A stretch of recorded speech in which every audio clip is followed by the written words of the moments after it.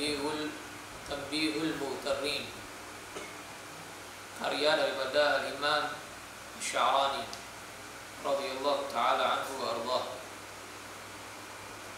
Sebagaimana yang terakhir yang kemarin kita bahas adalah tentang bagaimana kalau ada seorang wali dia mimpi Nabi Muhammad SAW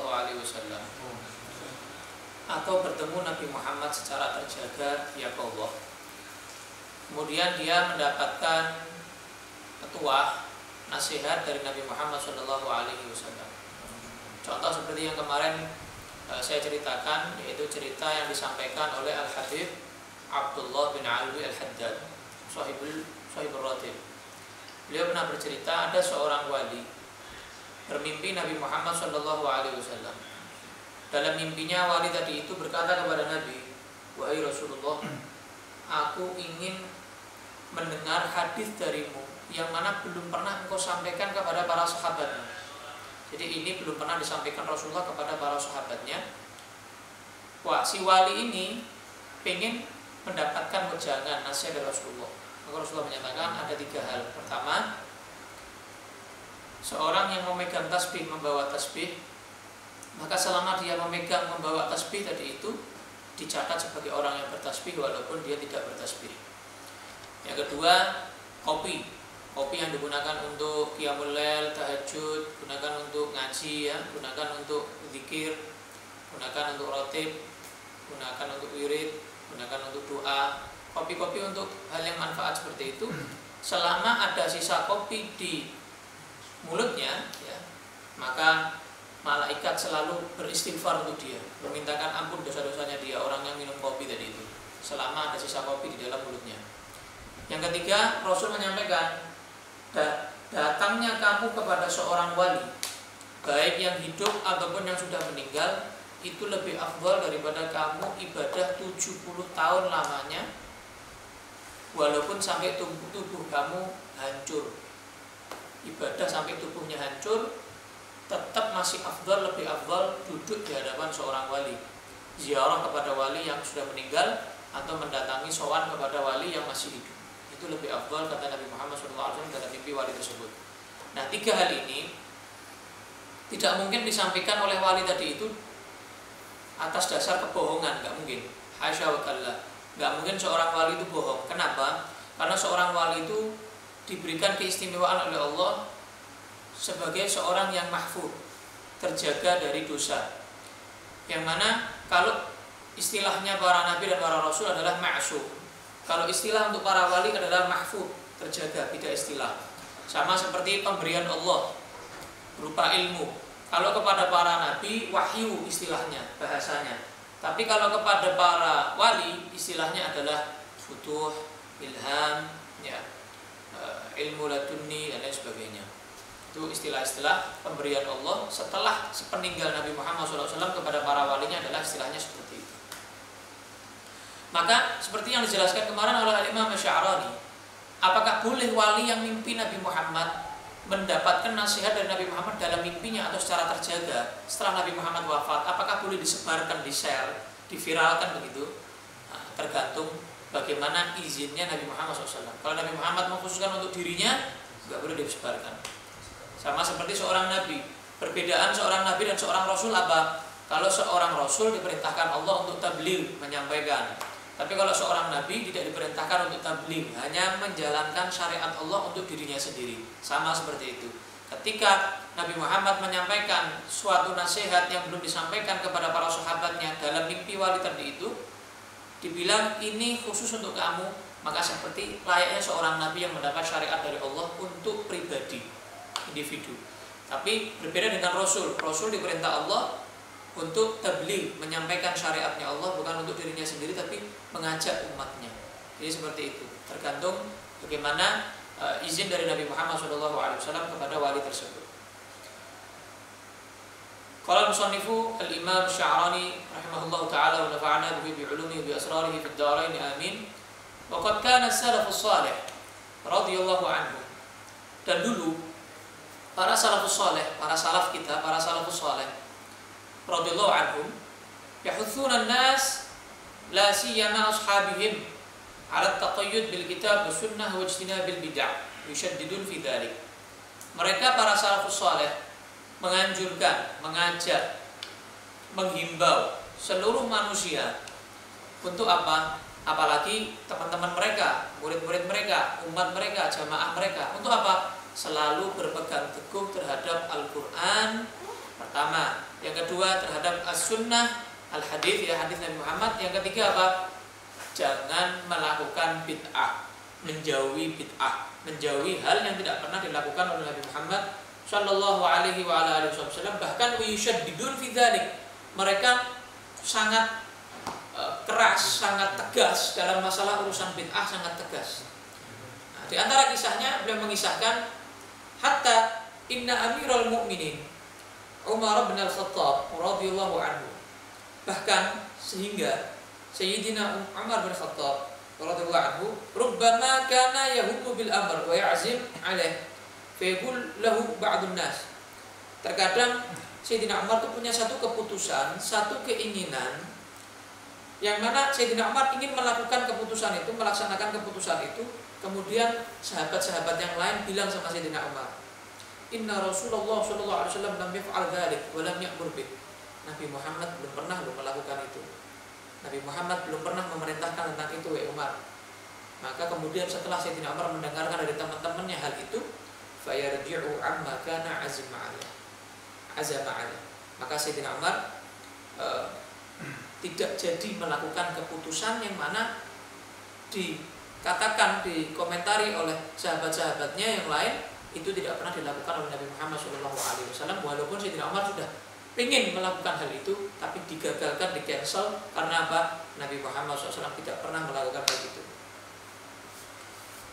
Qal, pernah juga diceritakan, wa hamma marratan ayyamurun nasa bi naz'i thiyabin.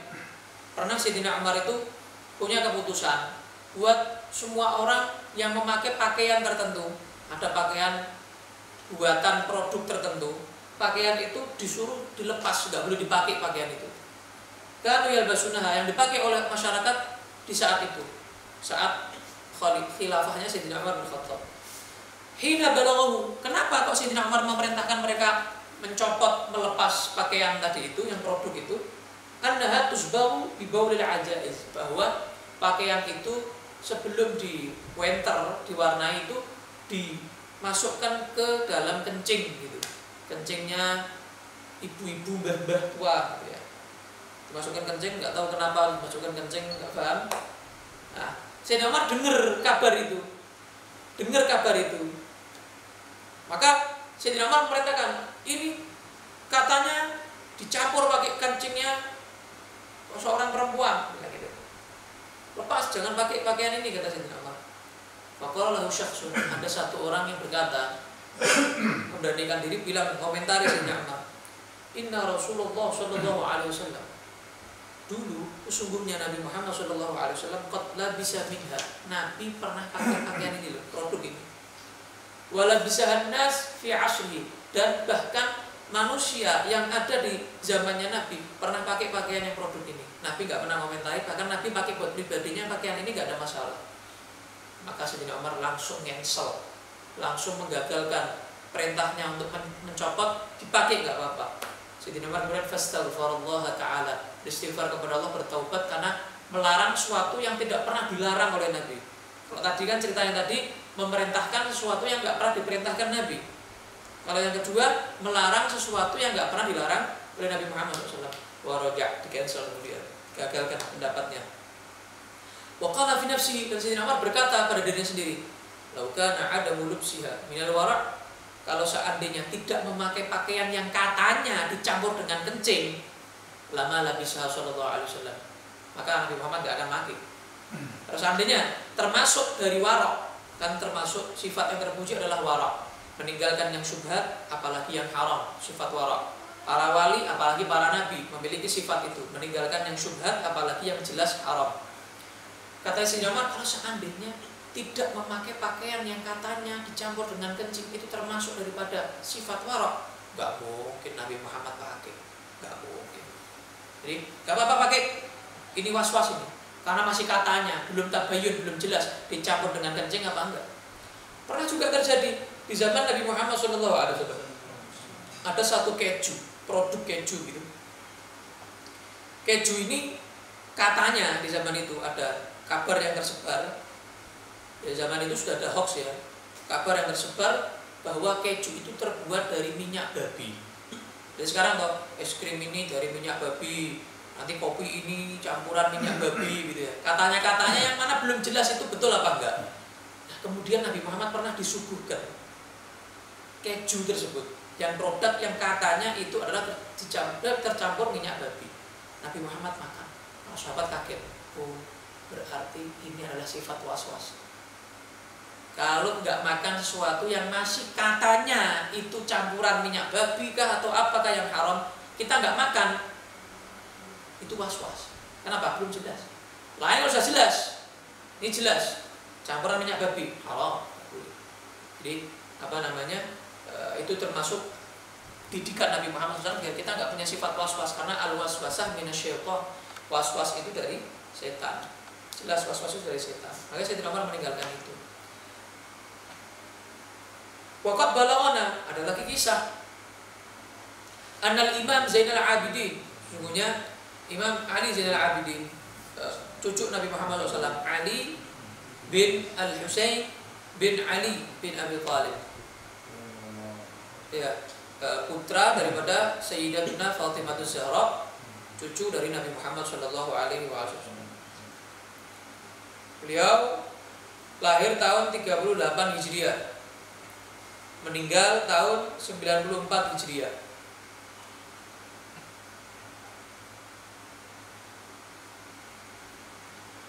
Beliau dijuluki Zainul Abidin, Ali Zainul Abidin. Ali Zainal Abidin dijuluki Zainal Abidin. Kenapa dijuluki Zainal Abidin? Karena beliau ibadahnya setiap malam, tahajudnya 1000 rakaat gak pernah ditinggal. Tiap malam Sayyidina Ali Zainal Abidin 1000 rakaat gak pernah ditinggal. Makanya beliau dijuluki Zainal Abidin, penghias atau yang hebat, yang indah, penghias bagi orang-orang ahli ibadah. Orang-orang ahli ibadah menjadi mulia karena beliau 1000 rakaat setiap malam. Bisa kita bayangkan. Ini selain Ramadan, belum terawihnya kalau Ramadan ini. Selain Ramadan aja 1000 rakaat tahajud. Belum sedekahnya beliau. Beliau terkenal dengan sedekah sir. Jadi di kalangan orang Arab itu biasanya yang dibuat permisalan di dalam lemah lembut, warak, dermawan, ibadah beliau. Sayyidina Ali Zainal Abidin, dermawannya luar biasa. Tiap malam 100 rumah orang miskin ditanggung sama beliau. Tiap malam dikasih sembako. Beliau ngangkat sendiri. Tiap malam ditaruh di depan rumahnya.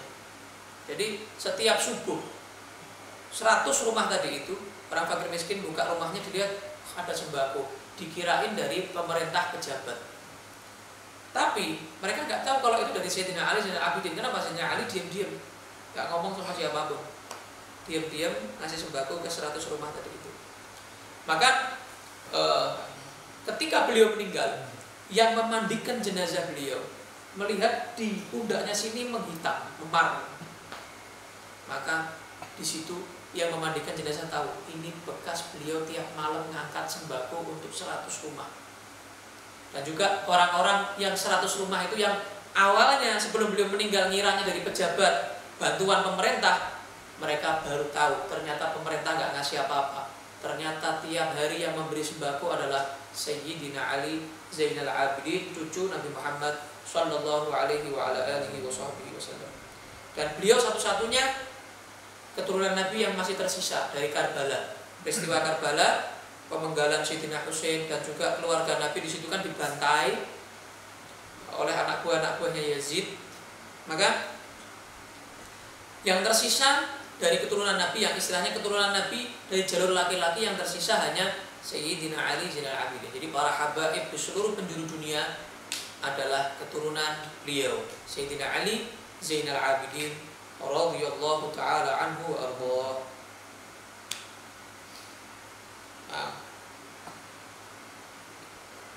Dari hebatnya beliau dalam ibadah, beliau itu kalau sholat dari khusyuknya nggak dengar apa-apa, nggak sadar akan apa-apa. Pernah suatu saat rumah beliau atau masjid tempat sholat saat itu kebakaran. Beliau sedang dalam keadaan sujud sholat. Beliau kalau sujud itu lama banget. Ketika keadaan sujud, orang-orang di luar itu teriak, "Wahai Imam Ali, Sayyidina Ali, keluar, kebakaran, terjadi kebakaran." Beliau nggak dengar sama sekali. Kenapa? Larut khusyuk dalam sholatnya, betul-betul mi'raj dalam sholatnya. Kemudian setelah beliau salam, kaget, ternyata sudah penuh dengan api. Beliau segera menyelamatkan diri dan beliau nggak sadar, tadi saya lagi sholat, saya nggak sadar kalau tempat ini sedang dalam keadaan terbakar. Ini dari hebatnya beliau dalam sholatnya, khusyuknya yang luar biasa daripada Sayyidina Ali Zainal Abidin. Nah, radhiyallahu anhu. Sayyidina Ali pernah berkata kepada anaknya namanya siapa? Muhammad Al-Baqir. Maka disebutkan dalam qasidah sebelum membaca Maulid Tiba biasanya, mithlu Zainil Abidin Ali wa ibnihi al-Baqir khairi wali wal imam as-sadiqil hafili wa aliyin dzil ulal yaqini. Beliau adalah keturunan Nabi Muhammad SAW, mereka semuanya. Jadi Sayyidina Ali Zainal Abidin punya anak namanya Muhammad Al-Baqir. Ya.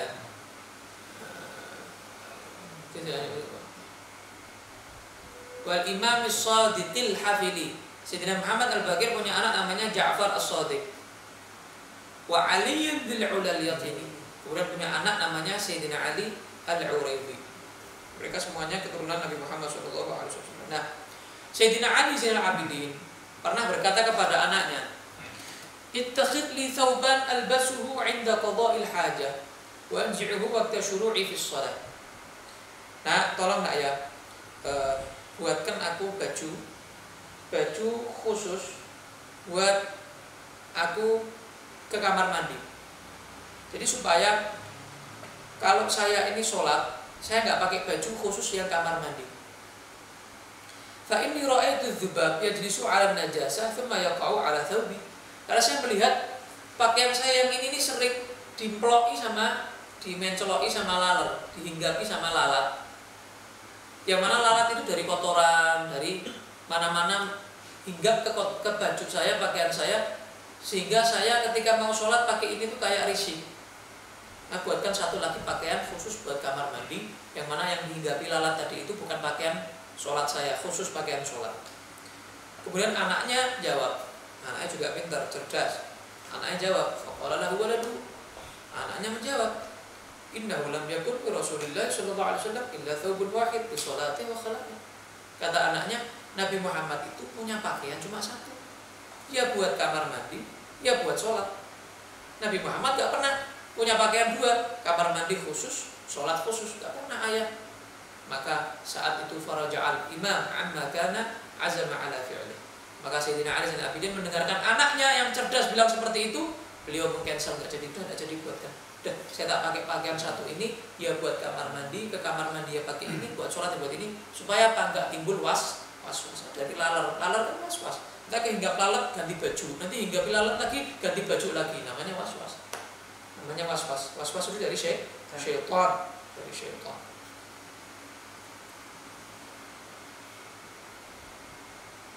Qultu, Imam Sya'rani mengomentari kisah ini, kisahnya Sayyidina Ali Zainal Abidin dan anaknya. Al-manqul anna Rasulullah sallallahu alaihi wasallam, yang telah dinukil ya daripada sejarah, bahwa Nabi Muhammad sallallahu alaihi wasallam lam yakuniz dzubab yanzilu ala thawbi wa ala badani. Tidak pernah ada yang namanya laler hinggap ke pakaian Nabi atau hinggap ke badannya Nabi, enggak ada. Karena termasuk mukjizatnya Nabi Muhammad sallallahu alaihi wasallam tidak dihinggapi lalat, tidak dimencoloki sama lalat. Kenapa? Tubuh Nabi, pakaian Nabi nggak ada yang kotor. Jadi kalau dihinggapi lalat itu biasanya identik dengan kotor.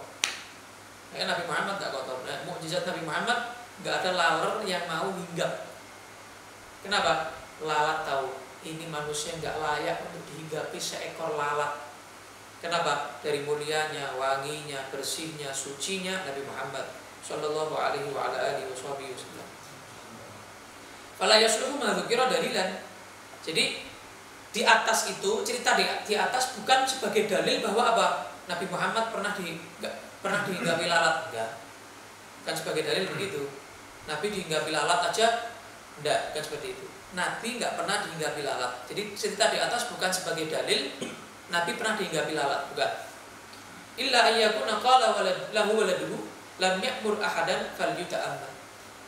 Jadi intinya maksud dari anaknya Sayyidina Ali Zainal Abidin itu mengingatkan ayahnya itu apa? Nabi nggak pernah memerintahkan seorang punya pakaian khusus buat kamar mandi, khusus buat sholat. Nggak pernah ada hadisnya itu, nggak pernah ada perintahnya.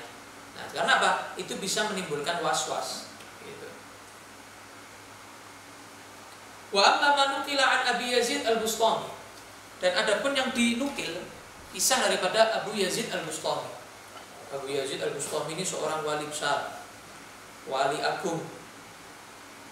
Dia lahir tahun 188 Hijriah, meninggal tahun 261 Hijriah. Masehinya sekitar tahun 800-an Masehi. Hijriahnya 188 sampai 261 Hijriah. Abu Yazid al-Bustami. Nama asli beliau Toifur. Ada sekarang Gus atau Kiai atau orang namanya Toifur, itu mengikuti nama asli dari Abu Yazid al-Bustami. Toifur bin Isa al-Bustami, seorang wali yang masyhur. Beliau tinggal di daerah namanya Bustom, makanya al-Bustami.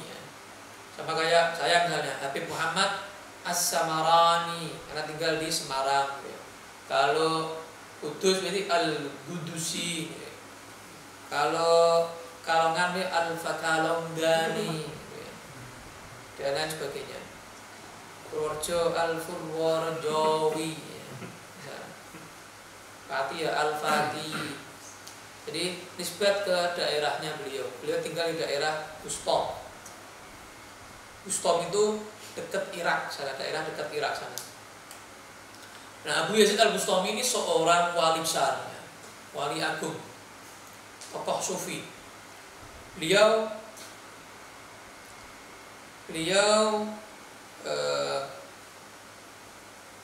meninggal juga ada di daerah Bustom situ.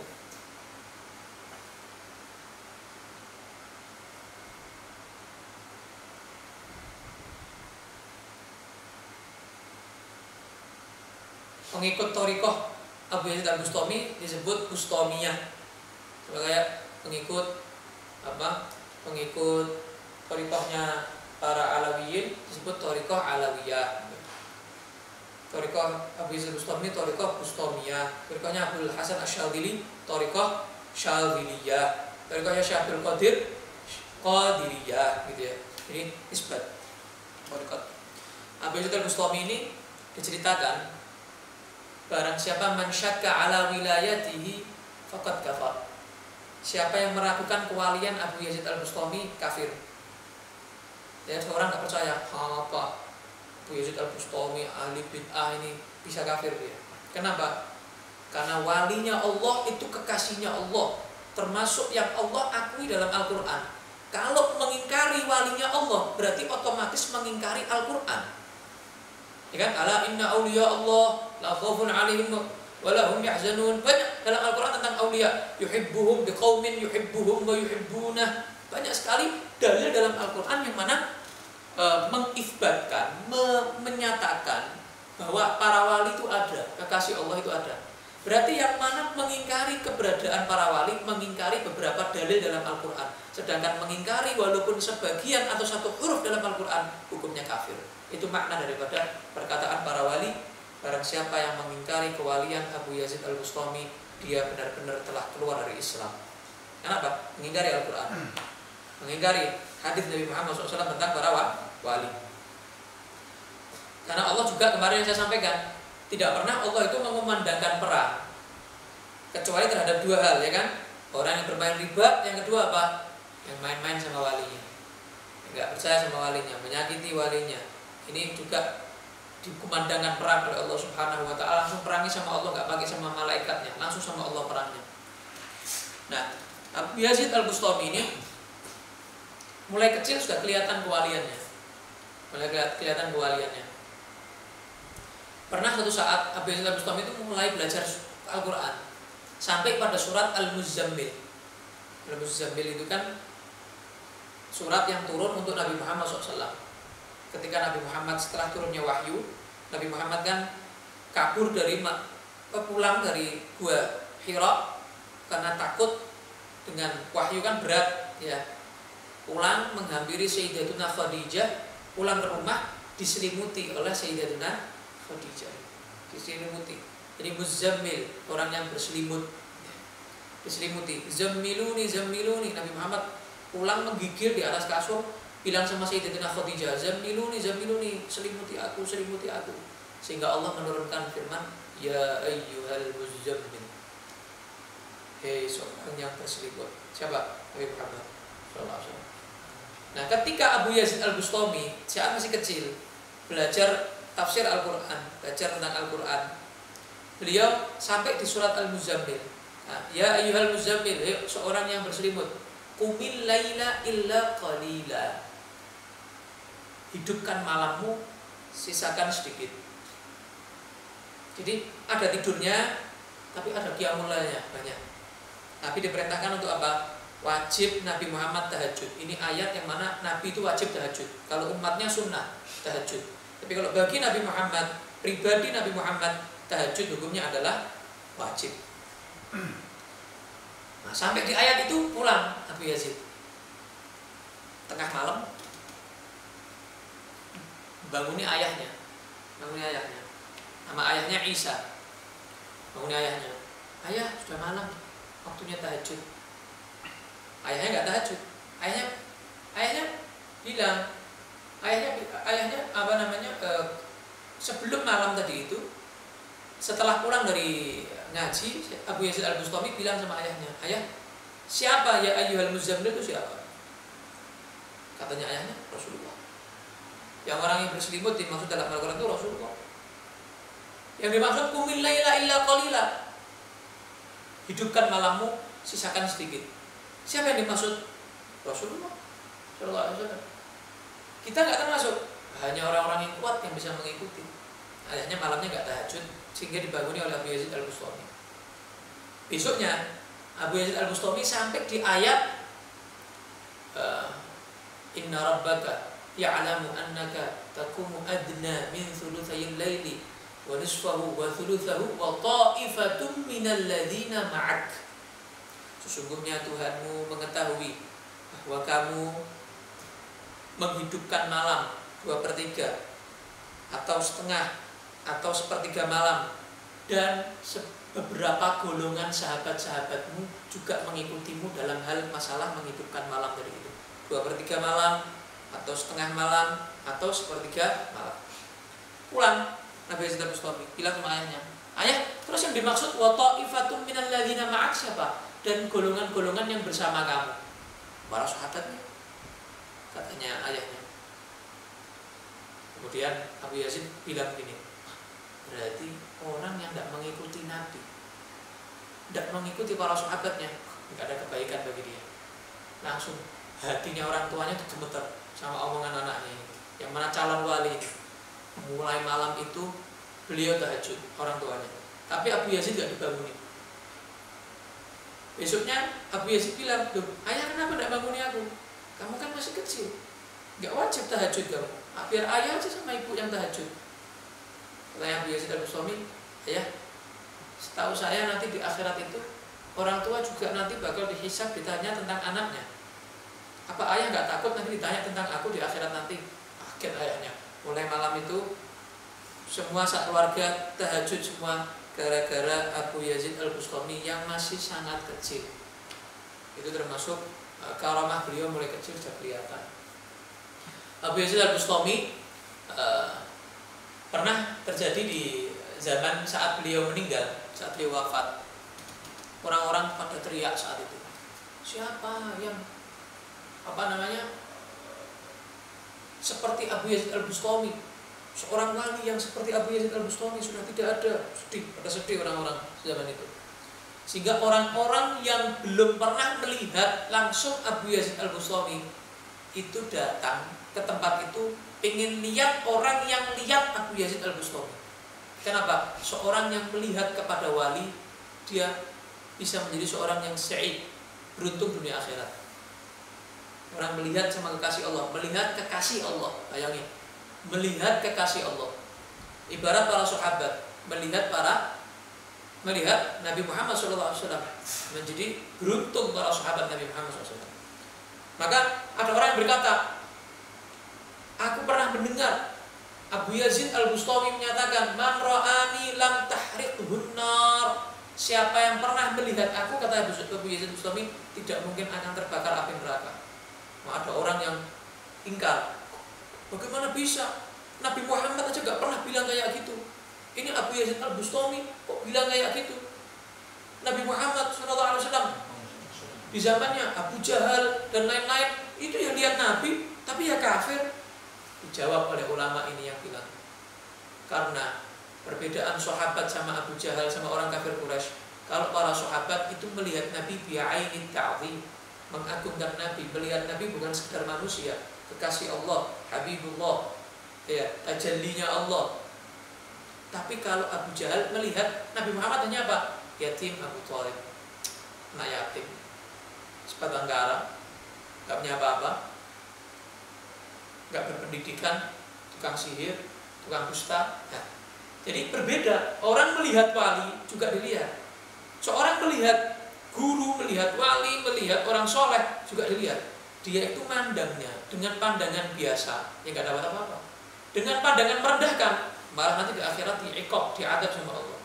Melihat dengan pandangan mengagungkan terhadap wali, dia nanti akan termasuk yang tidak akan masuk api neraka, masuk ke surganya Allah karena berkat wali tadi itu. Itu makna dari perkataan para wali, siapa yang melihat aku gak akan masuk neraka, siapa yang melihat aku akan masuk surga. Jangan langsung ingkar, hati-hati ingkar sama wali tadi itu, bisa kafir, bisa murtad ingkar sama wali. Ya, bila dari. Pernah juga terjadi, Abu Yazid Al-Bustami lagi makan itu di pinggir jalan. Nah, beliau senang seperti orang biasa gitu, makan di pinggir jalan.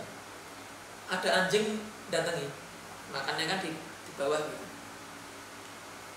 Anjing datangi minta makannya. Abu Yazid Al-Bustami bilang gini, anjing, kamu makan yang di hadapanmu, aku makan yang di hadapanku. Sing ning ngarepmu panganan, aku makan sing ning ngarepku. Aku gak akan ngusir kamu, karena saya belum tentu lebih baik daripada kamu. Ini wali besar ini bilang seperti itu. Kalau saya nanti di akhirat berhasil melewati jembatan Shiratal Mustaqim, saya lebih baik dari kamu, anjing. Tapi kalau saya nanti di Shiratal Mustaqim gagal, saya masuk ke neraka, berarti kamu lebih afdol, lebih baik dari saya, walaupun kamu najis bola. Makan bagian kamu, saya makan bagianku. Ini termasuk kehebatan daripada Abu Yazid Al-Bustami radhiyallahu ta'ala anhu arda. Abu Yazid Al-Bustami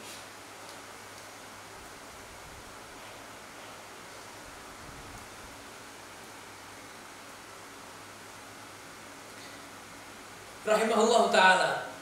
Apa yang dinukil dari kisahnya Abu Yazid Al-Bustami yang disampaikan oleh Imam Sya'rawi dalam kitab ini, min annahu kana lahu thawbun li salatihi wa thawbun li khala'ihi. Abu Yazid Al-Bustami ini memiliki pakaian khusus untuk sholat dan khusus untuk kamar mandi punya. Kenapa? Falaisa dzalika min haitsu wuqu'ud dubab kama waqa'a li Zainil Abidin. Itu bukan karena waswas, bukan karena lalat, bukan karena apa-apa. Beliau punya pakaian untuk sholat sendiri, untuk kamar mandi sendiri, bukan untuk apa-apa. Wa innama dzalika min babil adab, hanya adab sama pakaian yang digunakan untuk kamar mandi, masa digunakan untuk sholat. Hanya adab aja sama Allah, nggak pantas, merasa nggak pantas aja, bukan karena was-was, bukan. Jadi pakaian khusus untuk sholat, sarungnya atau gamisnya atau pecinya itu khusus. Ada peci buat kamar mandi, ada peci khusus buat sholat. Gitu. Seperti yang saya dapati guru-guru saya di Hadramaut juga seperti itu. Mereka kalau ke kamar mandi itu di kantongnya ada peci khusus. Jadi kemana-mana itu bawa peci khusus, peci kamar mandi. Ada peci khusus buat sholat. Jadi kemana-mana itu pakai peci yang buat sholat itu, buat dakwah, buat sholat, buat ngajar. Nah, ketika mau masuk kamar mandi, pecinya dilepas, dia ngambil peci dari kantongnya, peci yang lain yang khusus untuk kamar mandi, buat masuk ke kamar mandi.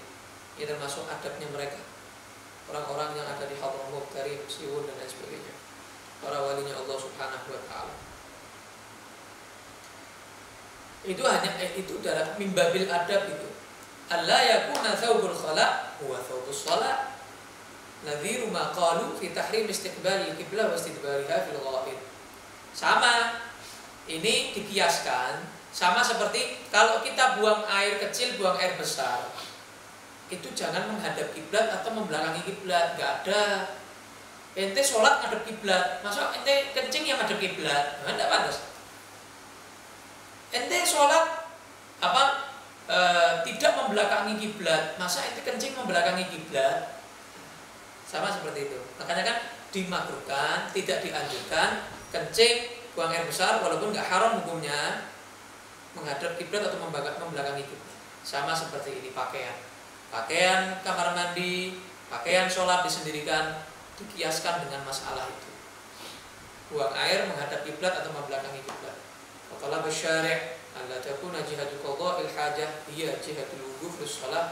Pahami ini dengan jernih ya, daripada peristiwa kepada para walinya. Pahami secara jernih. Maka di akhir bab ini beliau menasihatkan fa'alaika, maka hendaknya bagi kamu ya akhi, ya saudaraku, ittiba'i sunnatil muhammadiyah fi jami'i af'ali, mengikuti ittiba' kepada sunnah Muhammadiyah, sunnahnya Nabi Muhammad SAW, fi jami'i af'ali, seluruh perbuatan kamu, satu, wa aqwalik, dan ucapan-ucapan kamu, dua, wa aqaidik, dan keyakinan-keyakinan kamu, akidah kamu, tiga. Perbuatan, ucapan, keyakinan, ini harus sesuai ittiba' mengikuti Nabi Muhammad SAW. Nah, kalau kita nggak tahu Nabi dulu itu bagaimana, lihat para sahabatnya. Kita nggak zamani para sahabat, tabi'in. Kita nggak zamani tabi'in, nggak zamani. Maka para salaf. Siapa yang paling mengerti tentang salaf? Muridnya, yang melihat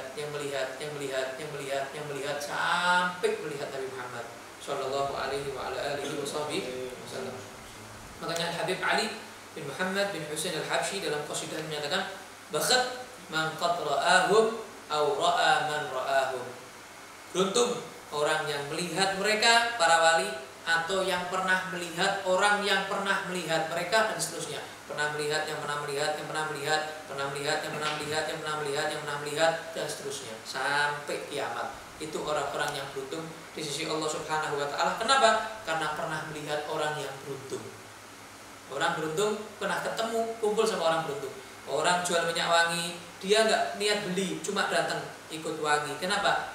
Dia kumpul sama orang yang jualan minyak wangi. Sama, kamu kumpul sama orang soleh, walaupun kamu nggak sesoleh mereka, insya Allah kecipratan daripada kesolehan mereka. Ada bangkai tikus satu ruangan, di ruangan ini misalnya, bangkainya di pojok sana, tapi baunya apa di sana dok? Kan enggak. Satu ruangan pasti akan bau. Satu ruangan pasti akan bau daripada bangkainya tikus yang di pojok sana tadi. Nah, begitu juga bau wangi. Misalnya bukhur di sumpet di sana, misalnya bukhur, dupanya di sana. Apakah cuma di sana yang kemambuan? Kan enggak. Satu ruangan juga kecium bau wangi daripada bukhur atau dupa tadi itu. Wala taqdam ala fi'li syai'in, jangan melakukan sesuatu apapun, mengucapkan, melakukan, jangan dulu hatta ta'lama, sampai kamu tahu muwafaqatahu lil kitab sunnah, sesuai enggak sama Al-Qur'an dan sunnah. Sesuai enggak sama Al-Qur'an dan sunnah. Jadi para wali itu justru yang paling persis sama Al-Qur'an dan sunnah kok. Kok malah disuruh kembali kepada Al-Qur'an dan sunnah. Mereka belum sama sekali tersesat. Mereka terus begini lurus, siratal mustaqim, siratal ladzina an'amta 'alaihim ghairil maghdubi 'alaihim waladdallin. Siapa mereka? Ya para wali, para aulia tadi itu. Mereka enggak pernah keluar dari jalurnya Allah, selalu mustaqim, istiqamah. Enggak pernah melenceng sekalipun, enggak pernah belok, enggak pernah meleset, enggak pernah. Nah, maka jangan suruh mereka kembali. Jangan suruh orang yang mengikuti mereka kembali ke Al-Quran dan Sunnah. Kenapa? Kita orang para pengikut wali sudah dalam jalur Al-Quran dan Sunnah. Maka indah fagadzab wallahi waftara man yaqulu inna tariqal qaum bid'ah. Wa idza kana man yahabu mukhalafat asy-syari'ah wa yatawaqqaf 'ala al-'amal hatta ya'lama muwafaqatahu lisyari' mubtadi'an fama baqiya 'ala wajhil ard sunni. Kata beliau, kalau seandainya demi Allah, beliau bilang, dusta demi Allah dan ngawur, ngaco orang yang bilang bahwa cara-cara metode daripada para wali, para sufi itu bid'ah. Oh, salah besar ya, ngawur itu. Wallahi demi Allah, ngawur, dusta, ngaco, sembrono dia ngomongnya. Kenapa dia bilang? Kalau orang yang paling takut untuk meninggalkan sunnah Nabi, orang yang paling gak berani melakukan makruh apalagi yang haram, dikatakan orang ahli bid'ah, ya sudah tidak ada orang sunni lagi di dunia ini, gak ada orang ahli sunnah lagi di dunia ini kalau bukan mereka para walinya yang ahli sunnah wal jamaah. Aneh gitu. Siapa orang yang paling takut sama yang makruh? Para wali. Siapa orang yang paling takut sama yang haram? Para wali. Siapa orang yang paling mengerjakan sunnahnya Nabi, paling ngerti tentang sunnahnya Nabi? Para wali. Nah, kok dikatakan ahli bid'ah? Kan aneh. Ya, mana harus nama jamaah kalau begitu? Coba tunjukkan mana harus nama jamaah yang betul-betul mengikuti Nabi Muhammad SAW. Justru mereka yang paling ngerti, karena syaratnya jelas, gurunya sampai tabi'in, sahabat Nabi Muhammad sallallahu alaihi wa ala alihi wasallam.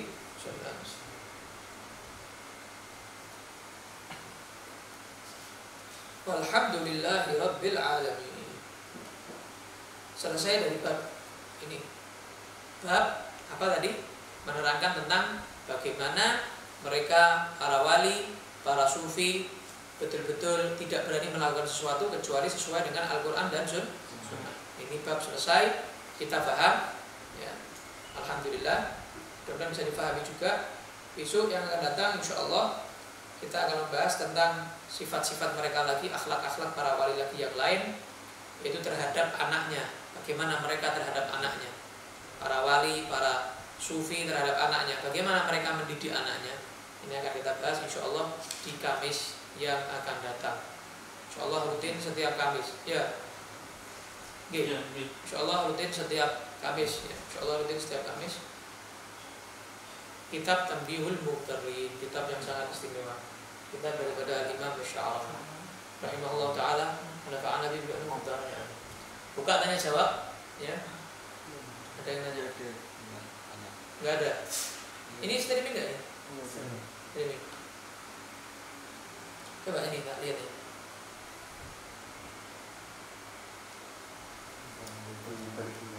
Ada yang nanya? Pertanyaan yang kemarin. Apa? Pertanyaan yang kemarin. Loh, ini kok orangnya ke sana? Jadi putar di kamera ini. Nah, ini ada nih. Izin bertanya Habib, bagaimana jika seseorang yang tahu bahwa riba itu dosa besar, tapi orang tersebut tetap melakukan kredit yang berbunga? Mohon penjelasannya Habib. Ya, orang yang berani melakukan riba berarti berani untuk dikumandangkan perang oleh Allah Subhanahu wa taala. Ya jangan berani-berani berperang dengan Allah langsung. Perang sama Tuhannya langsung, secara langsung. Kredit itu enggak semuanya berbunga ya. Jadi perlu penjelasan yang lebih rinci lagi tentang kredit. Enggak semuanya kredit itu haram, kredit itu berbunga, kredit itu riba, enggak semuanya. Ada lagi? Apa Cik? Apa? Untuk pertanyaan yang Ada apa?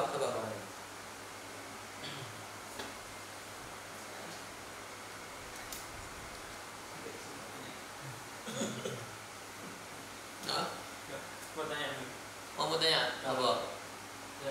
Kalau ada nih satu pasangan suami istri, kan waktu bulan Ramadan nih, malamnya itu maaf melakukan hubungan, belum mandi besar paginya, itu apakah puasanya sah? Oh, itu pernah terjadi dengan Nabi Muhammad SAW. Nabi Muhammad pernah berhubungan dengan istrinya di waktu sahur, kemudian Nabi Muhammad SAW belum mandi sampai waktu subuh, baru Nabi Muhammad mandi. Jadi nggak ada masalah. Setelah subuh dia dalam keadaan junub tidak membatalkan puasanya, asal hubungannya tidak setelah subuh ya. Hubungannya malam, dia belum mandi, masih dalam keadaan jenabat, sampai subuh ya nggak dosa. Artinya nggak batal puasanya karena Nabi juga pernah seperti itu ya, seperti itu terhadap istrinya. Ada lagi apa sih? Mau dibacakan aja. Bacakan aja. Ini. Oh, oke. Satu. Kalau di dalam rumah ada kakak laki-laki, namun dia belum bisa mengimam. Itu udah. Oh, iya. Tentang niat puasa. Nih. Tentang niat puasa itu kalau ikut mazhab Syafi'i kan puasa Ramadan tiap malam wajib niat. Itu juga Sudah. Semisal di waktu jam kerja ketika mau sholat ternyata keluar bercak putih dan lupa bahwa ganti. Apakah diperbolehkan mengkodok sholat saat pulang kerja? Akhwat, bercak putih itu apa? Kalau itu keputihan, maka keputihan itu yang keluar dari bagian zahir kemaluan perempuan hukumnya tidak najis. Tapi yang keluar dari bagian batin kemaluan wanita, maka itu hukumnya najis. Kalau ragu-ragu ini dari zahir atau batin nggak tahu, maka hukumnya dimaafkan, artinya suci. Karena ragu-ragu dalam najis kembali ke hukum asalnya. Hukum asal setiap sesuatu adalah suci. Jadi kembali ke hukum asalnya. Gitu. Para habaib kan ada perbedaan thariqah, ada Ba'alawi dan ada Naqsyabandiyah dan lain-lain. Itu yang menyebabkan perbedaan apa nggih? Apakah dari tempat pondok seperti Yaman kebanyakan Ba'alawi. Gini, sebetulnya para habaib itu sudah sepakat mulai abad yang ke-6. Di zaman Al-Faqih Al-Muqaddam Muhammad bin Ali Ba'alawi sepakat untuk apa? Sepakat untuk berthariqah dengan thariqah Alawiyah ini. Thariqah Ba'alawi, Sadah Al-Abi Alawi. Thariqahnya Al-Faqih Al-Muqaddam Muhammad bin Ali Ba'alawi. Karena di zaman itu, di abad yang ke-6 itu masih banyak orang yang bawa pedang, perang sana, perang sini. Kan memang kita kan banyak baca sejarah kan, perang ke sana, perang ke sana. Nah, saat ini kenapa kok nggak ada peperangan? Kenapa kok saat ini kok nggak ada peperangan? Itu termasuk berkah daripada thariqahnya para habaib. Yang membawa ajaran Islam ke Indonesia ini diantaranya siapa? Wali Songo. Nah, Wali Songo itu thariqahnya apa? Thariqah Alawiyah, thariqah Ba'alawi. Thariqahnya mana? Thariqah Alawiyah. Thariqahnya dibawa thariqah aman, tentram, tidak berperang, tidak memaksa, nasihati, ilmu, amal. Itu yang diajarkan habaib. Jadi di saat itu di abad yang ke-6 masih banyak yang bawa pedang. Al-Faqih Al-Muqaddam Muhammad bin Ali Ba'alawi, pemimpin dari thariqah Alawiyah, beliau memecah pedangnya beserta keluarganya semuanya yang bawa pedang, pecah pedangnya. Mulai saat ini nggak bawa pedang-pedangan sudah. Apa? Thariqah kita al-ilm wal irsyad, ilmu nasihat. Itu tugasnya kita. Jadi makanya Habib Abdullah Haddad juga menyatakan dalam qasidahnya, bi ghairi husani, tanpa peperangan mereka bisa menguasai dunia dengan ilmu, ya. Seluruh penjuru dunia. Kita lihat. Nah, sanad ilmu mereka siapa? Para habaib. Ya, thariqah Alawi. Balik habaib. Lihat, yang barusan meninggal misalnya Kiai Sepuh Mbah Maimun Zubair misalnya.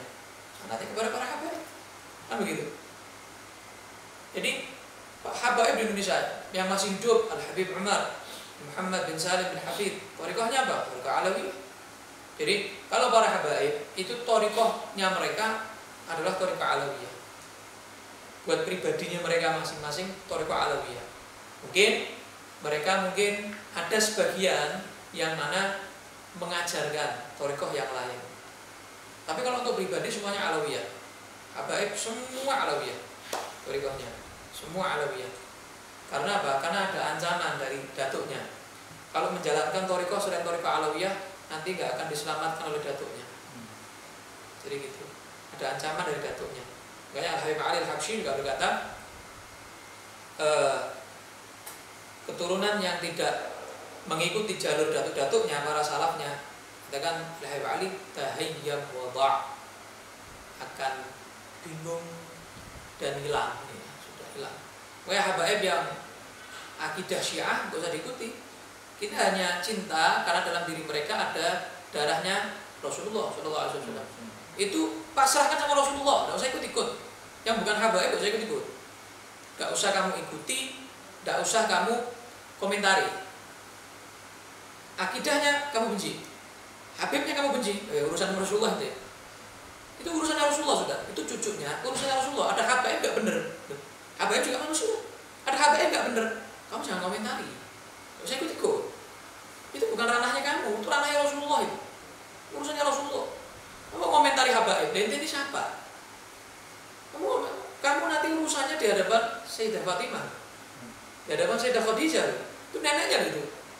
Di hadapan Sayyidina Ali bin Abi Thalib, karena Allah wajah, di hadapan Rasulullah Muhammad SAW. Urusannya sama mereka, urusannya sama Allah tuh ya. Kekasihnya Allah semua kok. Kekasihnya Allah semua kok. Ahlul Bait. Jadi kalau masalahnya habaib gak usah ikut-ikut.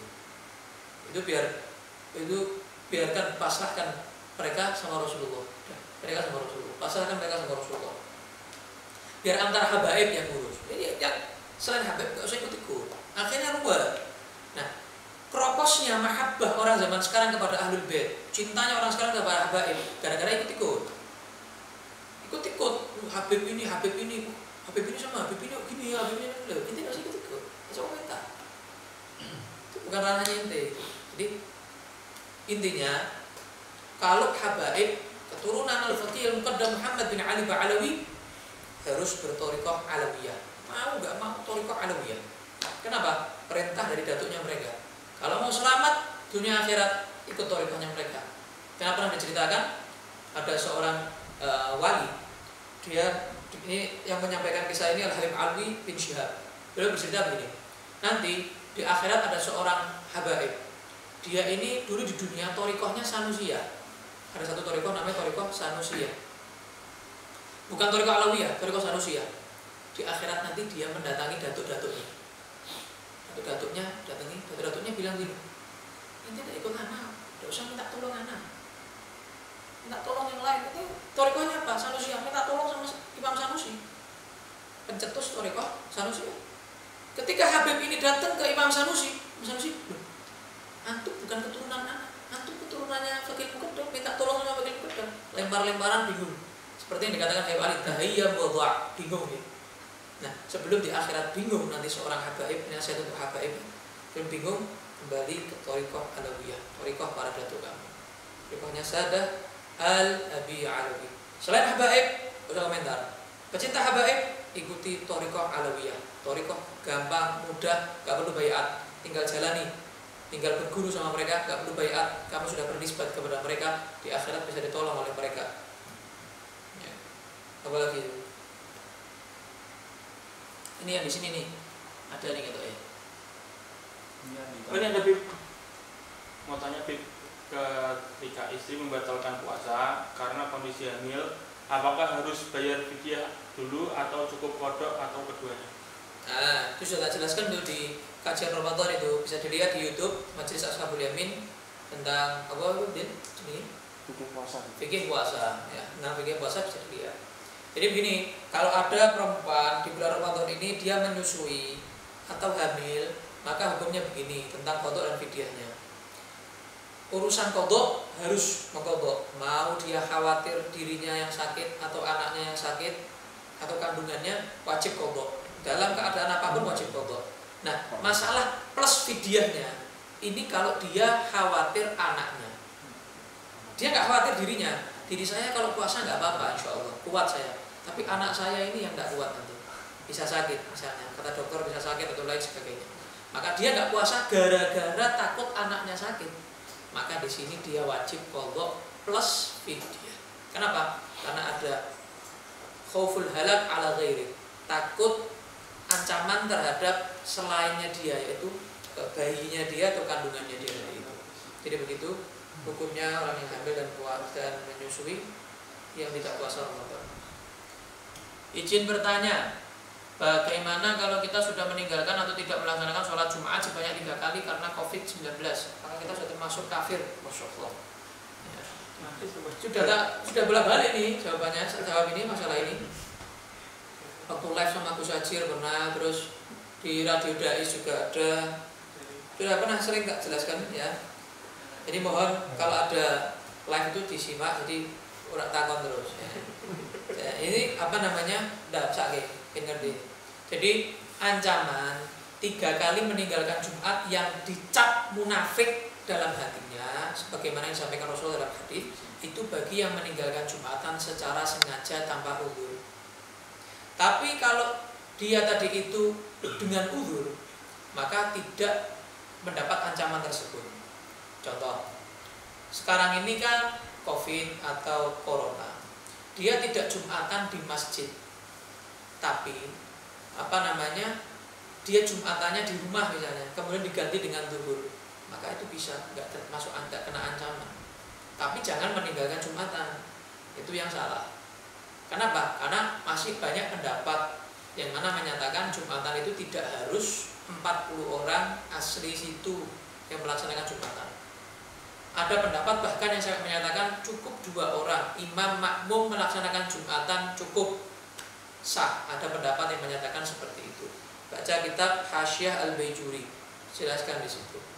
Jadi jangan sampai nggak Jumatan sama sekali, langsung sholat zuhur. Salah itu. Kenapa? Masih banyak pendapat. Paling tidak kamu awal usaha cari masjid di daerah kamu. Gak ada beb, 3 kecamatan tak putri orang kabeh misalnya. Maka kamu sholat Jumatnya di rumah, walaupun cuma jamaah yang ada saja seadanya. Kemudian kamu ganti dengan sholat zuhur. Kenapa? Tidak mengikuti pendapat yang kuat. Karena pendapat yang kuat, pendapat yang muktamad harus minimal 40 orang asli situ yang melaksanakan Jumatan mustautinin. Saya kira itu jawabannya. Ingin apa? Kalau dilanjut tuh, dari Jumatan tadi, Jumatan itu ada rukunnya ya? Ya, ada rukunnya. Iya. Itu harus dilakukan. Harus dilakukan.